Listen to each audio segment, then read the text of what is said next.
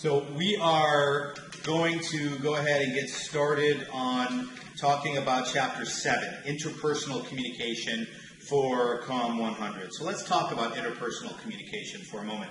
With respect to a bit of background, you will remember that when we talk about interpersonal, that includes how many people? You're right, 2. Okay, so 2 people. Interpersonal is communication that happens between 2 people. What do we call it when we talk about communication between one person? In other words, somebody talking to themselves, or somebody kind of talking, thinking about themselves. We often talk about this being critical thinking, but how is it that I communicate with myself? I work out problems. I have conversations with myself to work out my feelings, to work out solutions, to study, etc. This is called intrapersonal communication. So the difference is I-N-T-R-A is intrapersonal is one person talking kind of to themselves, if you will. You're not crazy if you're doing it. Let me remind you of that, because we all do it in some fashion or another. But here we're talking about the next phase, and that's I-N-T-E-R, interpersonal communication. And that's 2 people, communication that happens between you and another person. You will remember, of course, when we talked about the very first part of the semester, and we talked about the communication model. I have communicator A and I have communicator B.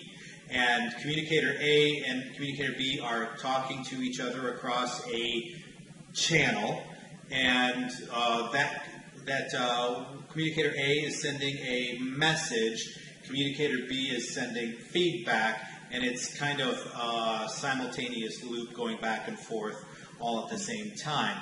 This is what we're talking about with respect to interpersonal communication.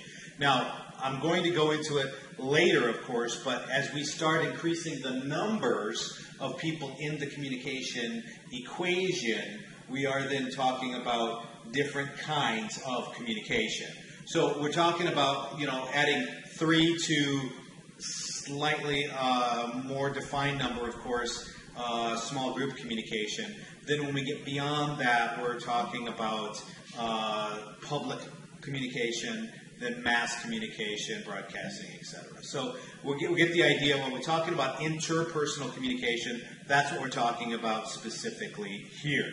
So as you're looking at your text, you'll notice that it opens up with something very interesting right now. With the idea of catfishing, you might know this as when somebody goes online and tries to pretend that there's somebody else, that there's somebody they're not.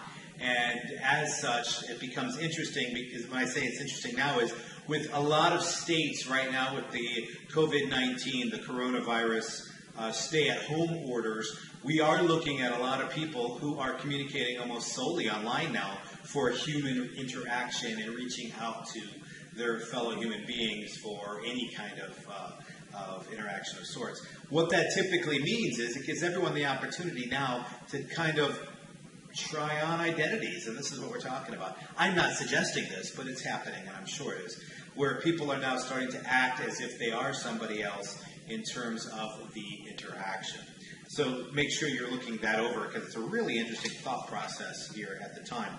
So we've looked at interpersonal communication, but one of the things that we want to talk about in terms of how do people form interpersonal communication, because communicate in interpersonal relationships, because interpersonal relationships are indeed initiated, maintained, and even ended through communication. So we talked a little bit about small talk, perhaps in another class, where Steve Duck, primary researcher in interpersonal communication at the University of Iowa, has actually suggested that small talk isn't important by the content, but the existence of small talk is of vital importance. You see, if I'm actually going into a relationship with someone and I'm listening in, let me rephrase that. New topic. So, small talk. Let's assume for a moment I go to a restaurant and I'm overhearing the couple who are sitting at the table next door to me from where I'm sitting to eat my lunch. And that conversation is going something like one of them saying to the other, do you know that when I went to lunch yesterday, that I wound up getting 3 pickles in my sandwich? That waitress knows I always ask for 5 pickles in my sandwich. What in the world is going on that she's giving me only 3 pickles? Is she trying to say something? Stop for a minute. Is the content of how many pickles someone got in their sandwich even remotely important? The fact is it's not. It's not the content, but when one person tells you about their day and the other one appears interested, and that whole small talk, it's called relationship maintenance in many ways, because you're keeping people going. The existence of small talk is a relationship maintainer. Okay, so when we start looking at what starts relationships, for example, number one, proximity. If I see someone every day because I'm at work or something like this, we have a tendency to communicate because the opportunity's there. So proximity is one of those things that allows for interpersonal communication and thus interpersonal relationships. Attractiveness. Attraction. Somebody is drawn closer together to somebody else. That is the idea of attraction. So physical attractiveness, for example, is one of those things that we have this tendency to kind of want to talk to and get to know someone else. Oftentimes because we are physically attracted to that individual. Remember, of course, that when we start seeing various traits in someone, we've got to be careful in terms of stereotyping, or what we might call the implicit personality theory. Just because someone's attractive, and we know from our own history, for example, that people who we have known who are attractive also seem to have all of these similar traits, whatever they might be. We've got to be careful that when we see somebody who's attractive, we don't automatically attribute all of these other traits, implicit personality theory. So we're implicitly implying that these traits are all kind of attached. That's not necessarily the case. Stereotyping is much the same way. It's a tool, but shouldn't be relied upon. But it also helps us, let's face it, in the idea that we as human individuals, that when we are interacting, we don't care much for uncertainty. And if this kind of helps our brain categorize the world around us so that we are not necessarily being completely dealing with the unknown all the time, then that's a tool.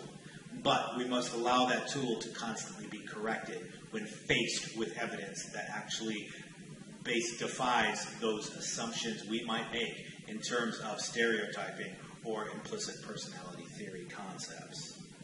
So, when we talk about the other, social attraction is the next one we want to jump into. And social attraction is that idea that a person's actions, philosophy, thinking, communication, conversation is what attracts us to that individual. So let's go ahead and put physical attraction aside. What about the behavior? Are we attracted to people who are kind? Are we attracted to people who seem to like us and show that kind of behavior that shows that they like us? Certainly we are, very usually anyway. And so social attraction is certainly another one of those things that we want to check into. Costs and rewards. Those of you that are in the Com 100 class, looking on page 156 now. Costs and rewards. Is a relationship, an interpersonal relationship, a transactional relationship? And some people think so. And as such, when there's a cost, risk, reward, benefit concept here. What's it costing me to be in a relationship and have constant interactions with this particular individual? And what am I getting back, and what am I getting out of it? What is the return on that investment? So we might look at it in terms of a balance, a bank account, a balance, a transaction. And oftentimes we will look at it when people finally decide that they're going to end relationships. It's because we are looking at it oftentimes in terms of an imbalance in that transaction. And that can certainly happen. So, models of relationship formation. Now, when we talk about relationship formation, part of it comes from self-disclosure. The more I know about you, the closer I feel about you. However, there is kind of an expected reciprocity here. So if I'm going to be in a line, for example, at the Walmart, and I'm going to see, it's a long line, of course, these days, right? Although that long line is everyone is 6 feet apart at this point due to social distancing, which is going to have an interesting impact on our communication, I think, long term, and there's going to be some studies that will certainly come out of this. But as we're looking at the fact that I'm in a line, the lines are long at Walmart, and I've got my groceries in the cart, for instance. Somebody looks behind me, somebody from behind me, looks into my cart, and they see that, for example, I have potatoes in my cart. Well, they have also potatoes in their cart. And so, is that a common place for us to start? Sure it is. Remember, of course, that when we talked about that communicator A kind of living in that realm of social reality of their personal life, and communicator B also living in that realm of social reality, there is a crossover here of commonality. It might be large, might be small, depending upon how far apart we are as individuals. But what we're also looking at, though, is the idea that, in this case, maybe that commonality, as this person who's standing behind me in the grocery line sees, is the fact that we have potatoes. So, is it acceptable to talk about, oh, you have potatoes? I like potatoes too. Which potatoes do you seem to like the best? And what do you do with them? That's interesting. I do the same kinds of things with them. And so if I kind of start that conversation and start revealing some of the things I like to do and how I like to cook potatoes, for instance, this is a very surface level conversation. But and it's expected, of course, that if there's going to be a relationship or a communication interaction here that is meaningful, I am going to reciprocate, meaning I'm going to give that person back the same level of depth of conversation that they gave me in terms of the potato. And then this person or I might try and take that depth from surface level to kind of one step lower, and then one step lower. And as long as there's reciprocation in the communication, then we may proceed.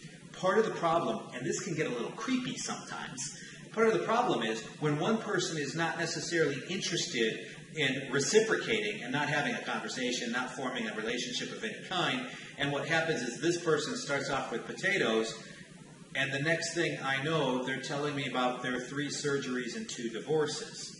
Quite personal and intimate things. And so I'm thinking now, I'm getting a little bit creeped out. Why would you get creeped out in a scenario like this?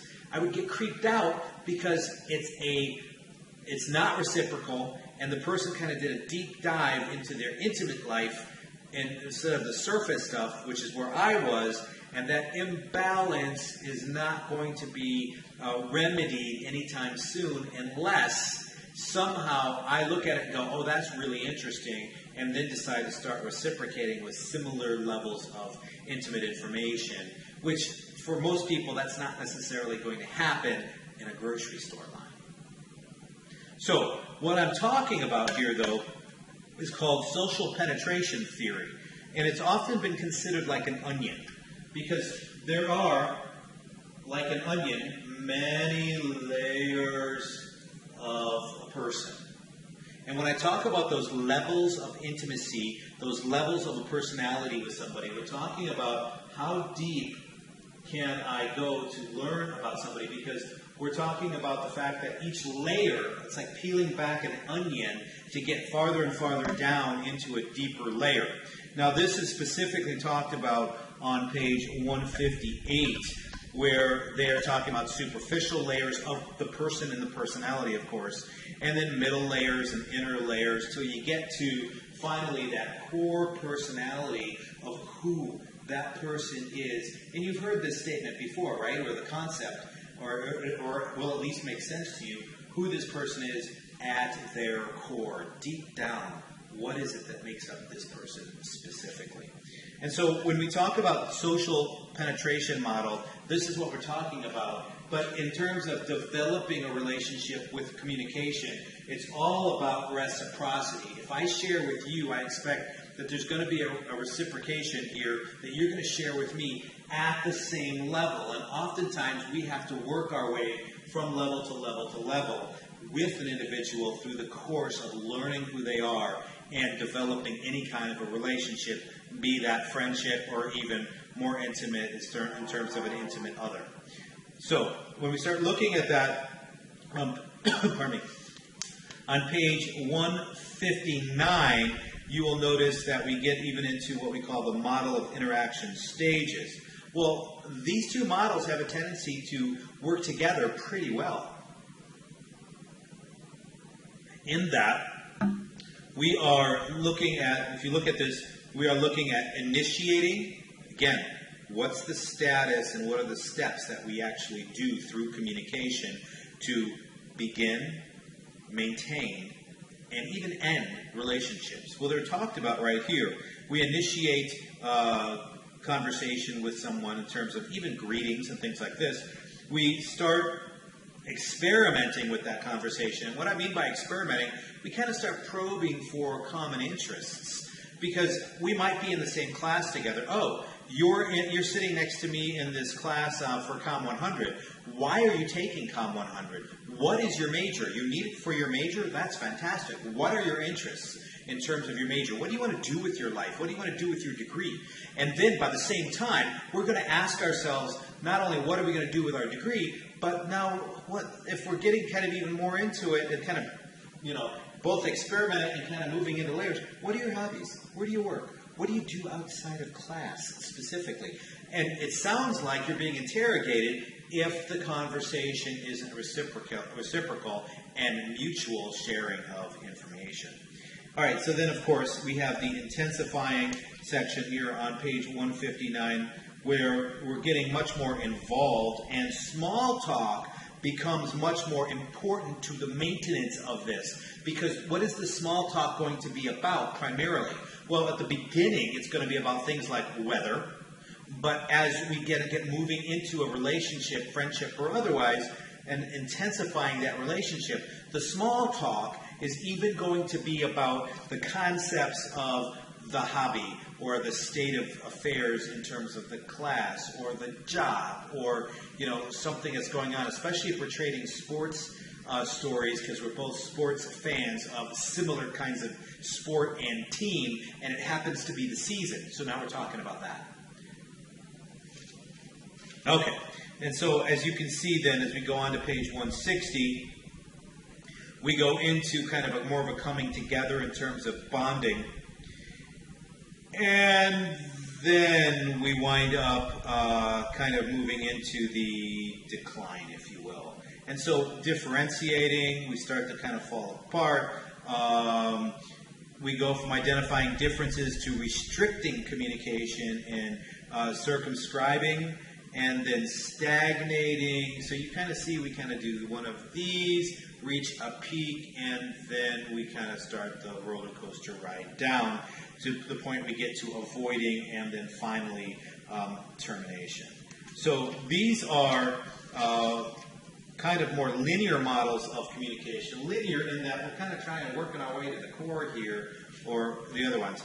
We don't want to oversimplify a lot of this in terms of relationships, of course, but when we talk about personal perspectives of relationship development, you might recognize when we look at page 162 and 163, and of course remember you'll see me take on and off my glasses a lot because my eyesight and reading doesn't work for anything, so I'm kind of glancing at just where we are in the communication text here. So remember, of course, that when we talk about we talked about language, and language being symbolic. We talked about three characteristics of symbols. All three of them started with an A.